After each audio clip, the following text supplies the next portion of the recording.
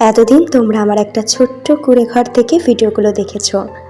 আজকে আমার এই নতুন একটা পরিবেশ থেকে তোমরা ভিডিওগুলো দেখতে পাবে। আজকে সকালটা শুরু করেছিলাম আমার নতুন ঘর থেকে।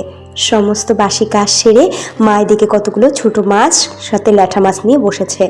এদিকে মা ছোট মাছগুলো কেটে দিল, আমি একটুখানি ধুয়ে পাকলে নিলাম, কারণ সাথে সাথে পুঁটি মাছগুলো না বাছলে না হাঁসগুলো বেশ শক্ত হয়ে যায়।